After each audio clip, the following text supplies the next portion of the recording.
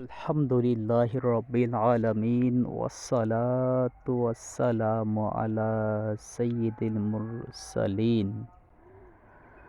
আসসালাতু ওয়াসসালামু আলাইকা ইয়া রাসূলুল্লাহ ওয়া আলা আলিকা ওয়া আসহাবিকা ইয়া নূরাল্লাহ। কিয়ামতের দিনের আফসোস।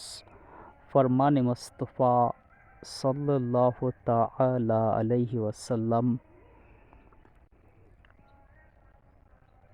কিয়ামতের দিন ওই ব্যক্তি সবচেয়ে বেশি আফসোস করবে যে ব্যক্তি দুনিয়াতে জ্ঞান অর্জন করার সুযোগ পেয়েছে, সুযোগ পাওয়া সত্ত্বেও ওই ব্যক্তি জ্ঞান অর্জন করেনি।